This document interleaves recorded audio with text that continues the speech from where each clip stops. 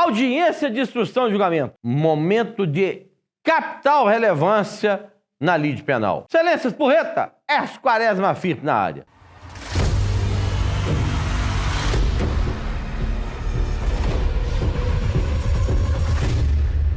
Você já participou de alguma AIJ versando sobre crime doloso contra a vida? Então, vamos recapitular. Corpo estendido no chão, polícia militar, lava boletim de ocorrência, comunicação de serviço dos investigadores, inquérito policial inaugurado em razão da lavratura do auto de prisão em flagrante ou por portaria. Percorrida toda a fase inquisitorial, indiciamento, denúncia oferecida, resposta à acusação apresentada. E num determinado momento, numa data específica, nós teremos a audiência de instrução e julgamento, que às vezes não convergem todos esses atos num único momento. Por quê?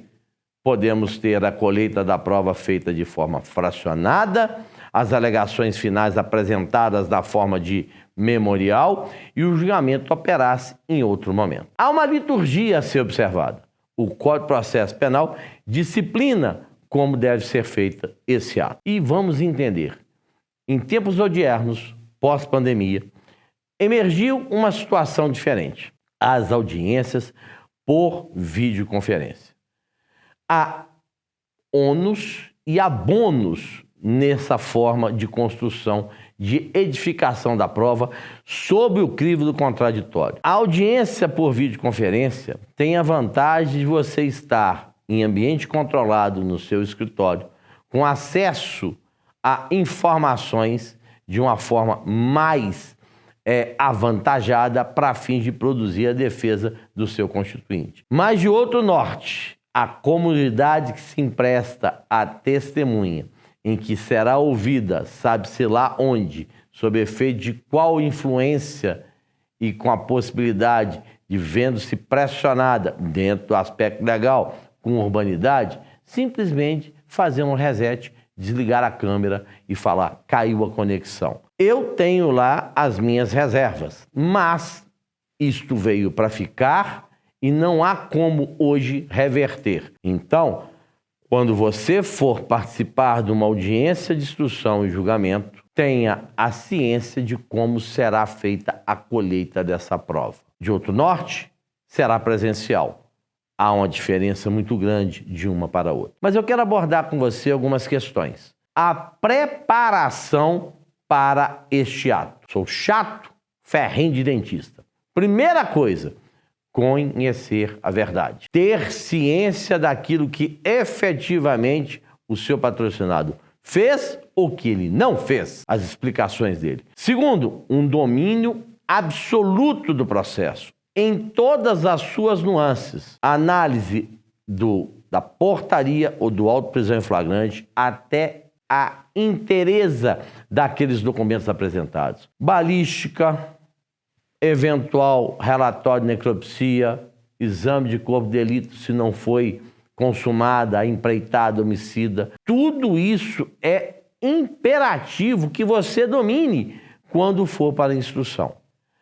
E sabemos nós, quem capitaneia o ato é o magistrado. Teremos o órgão ministerial, eventual patrono da assistência e a defesa. Neste ato específico, dar-se-á a colheita da prova oral. Primeiro, começa a perguntar àquele que arrolou a testemunha. Trazida da denúncia, órgão ministerial. Posteriormente, havendo representação da família enlutada no caso de crime consumado ou da vítima atentada, patrono da assistência.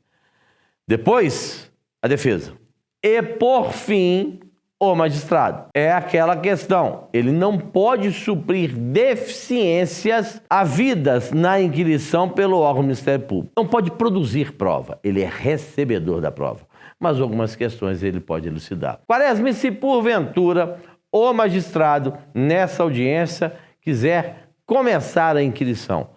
Excelência, pela ordem, preconiza o Código de Processo Penal que as partes produzirão a prova e Vossa Excelência, eventualmente, as complementará. Doutor, aqui na minha vara, Vossa Excelência, com todo respeito, o Código de Processo Penal está acima da vossa vontade. Doutor, aqui quem manda sou eu. Eu falei, não tem problema, Excelência. Faça consignar em ata que Vossa Excelência está violando o devido processo legal. A norma processual aqui na vossa vara não é observada. Não quero constar. Você tem a possibilidade de acionar a prerrogativa da ordem, você tem a possibilidade de gravar 367, 5º e 6º do Código de Processo Civil, autoriza que as partes façam a gravação de todo o ato processual. E feito isso, você grava aquele pedido, o indeferimento do magistrado, e colaciona. Os processos hoje todos são eletrônicos. Você pode fazer isso, inclusive, no próprio momento da audiência. Fiz o requerimento, o juiz indeferiu, estou pedindo aqui a juntada. Estou não pedindo, estou juntando, procedendo da juntada, que não tem que pedir nada. Faço o peticionamento eletrônico e colaciona aquilo ali. Para quê? Evitar preclusão. Mas há magistrados que têm a percepção de que a lei deve ser observada. Há magistrados que respeitam o ordenamento processual penal, acolhem o que determina a Constituição e que irão lançar, consignar lá naquele ato esta sua manifestação. Até agora, está gostando? Não deixe de comentar, compartilhe, inscreva-se no canal e vamos avante. Testemunha de acusação presente, a vítima arrolada no caso de tentativa será a primeira a ser ouvida, depois as demais trazidas pelo órgão ministerial, as testemunhas de defesa a seguir. Bem, na AIJ, o que você vai buscar fazer? Até então, há edificado contra o seu cliente uma história que foi elencada, edificada pela Polícia Judiciária e abraçada pelo Ministério Público na denúncia. A sua função é desconstituir, desmontar, demolir, implodir essas considerações. E o faz como? Tendo atenção que já foi apresentada lá na resposta à acusação do seu rol de testemunhas. É necessário uma cautela. Eventual rol de testemunhas do Ministério Público, você sequer uma delas identifica. É necessário uma cautela. Quem são as testemunhas que eu quero que sejam ouvidas? O Ministério Público alinhou as dele na denúncia. E você, na resposta à acusação, trará as suas. Eu tenho por hábito arrolar algumas daquelas que foram trazidas no rol ministerial. Porque, via de regra, são personagens que, quando levada a efeito a sua audição sobre o crivo do contraditório, aquela, aspas, verdade, fecho aspas, até então apresentada, ela é esfacelada pela inquirição e atuação do advogado. E aí, reitero, conhecimento da verdade, conhecimento pormenorizado do processo, visando o quê? Desconstituir aquele elemento de autoridade sobre o qual o Ministério Público, abraçado com a polícia, elencou contra o seu cliente. E as informações ali ventiladas podem ser inidôneas e vai competir a você desmontá-las. Análise de uma prova técnica, o laudo de local, trajeto e trajetória do projétil em relação à vítima, local onde a testemunha estava quando dos fatos, este arcabouço quando da inquirição. Por isso o domínio, o conhecimento da verdade e o domínio do processo, para que você, dentro de todo aquele conjunto de evidências, possa desconstituir o que foi alinhado pela polícia, abraçado pelo Ministério Público contra o seu cliente. Ouvida as testemunhas de acusação, dar-se a audição das testemunhas de defesa. E você tem que ter cautela. Cuidado, muito cuidado com o rol que você apresentou lá atrás. Por quê? Não crie falsos álibis. Não busque inverdades. Quando for conversar com o seu cliente, com seus familiares, a respeito do rol de testemunha, procure saber quem são aqueles personagens, o que realmente eles sabem, e tenha uma conversa prévia com eles. O que o senhor viu, onde o senhor estava, de que forma que foi. Lembre-se, não podemos menosprezar a capacidade intelectual do nosso ex-adverso, seja do órgão ministerial, tanto quanto do patrono da assistência. Por quê? Quem pergunta depois de você é o promotor de justiça, é o patrono da assistência. E eu já me deparei com incontáveis situações onde, e aquela pessoa que está depondo, excetuando os que são policiais, agentes do Estado, eles não estão habituados a serem sabatinados. A inquirição lhes causa temor, mesmo que estejam falando a verdade. E qualquer tropeço irá conspirar contra os reclames do seu cliente. Vai prejudicar a sua defesa. E aí, até agora, gostando do conteúdo? Não deixe de seguir, compartilhar, porque o que eu quero com essa prosa é lhe emprestar a autoridade que ostenta ao longo de 34 anos de advocacia criminal, mais de 1.200 júris. Na audiência de instrução e julgamento, você pode ter, não obstante a fase própria ter sido aquela da resposta à acusação, algum elemento que surge na prova oral sobre a necessidade, por exemplo, de se realizar uma busca e apreensão de algum objeto, de algum documento. E você pode pedir que o magistrado, mesmo já tendo sido superada essa fase, venha deferir. Você pode postular uma cariação. Terminada a colheita da prova oral, ouvidas as testemunhas da acusação, recepcionada em audiência as declarações das testemunhas de defesa, nós teremos o interrogatório. Eu digo e reitero, filio-me à corrente na qual entende-se que o interrogatório é ato de defesa. Então, o meu patrocinado em todos os processos que represento, que estou ali desempenhando meu nobre mistério, só responderá o meu cliente, a mim e a mais ninguém. As perguntas de qualificação serão respondidas.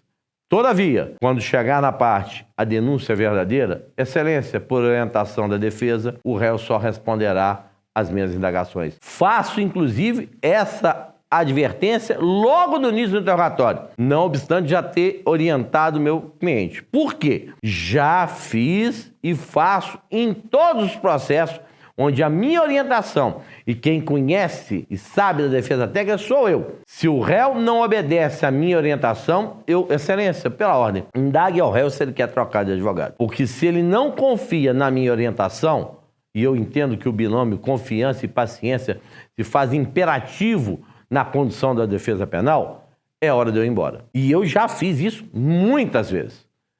Porque aquele cidadão que está ali não tem traquejo no ambiente forense. Então, uma pergunta colocada às vezes pelo juiz no meio da nossa, ele vai responder, excelência, pela ordem. Eu já orientei a não responder. Então, tenha essa cautela. Aliás, isso já aconteceu com você em algum momento? De você levar uma orientação, apresentar uma diretriz ao seu cliente e ele ignorá-la? Como é que você reagiu? Deixa aqui nos comentários. Bem, terminada a fase da colheita da prova, interrogado o réu, o que pode acontecer na IJ? O juiz determinar a apresentação das razões finais de forma oral. 20 minutos, prorrogável por mais 10. Óbvio que você argumentará com o magistrado que, dado o volume de informações arregimentadas naquele ato, dada a complexidade da causa, melhor seria que essas alegações finais fossem apresentadas na forma de memorial. Espero que tenha gostado das informações que trouxemos nesse vídeo. Outros estão por vir. Não perca essa oportunidade. Inscreva-se, compartilhe e comente. Um grande abraço.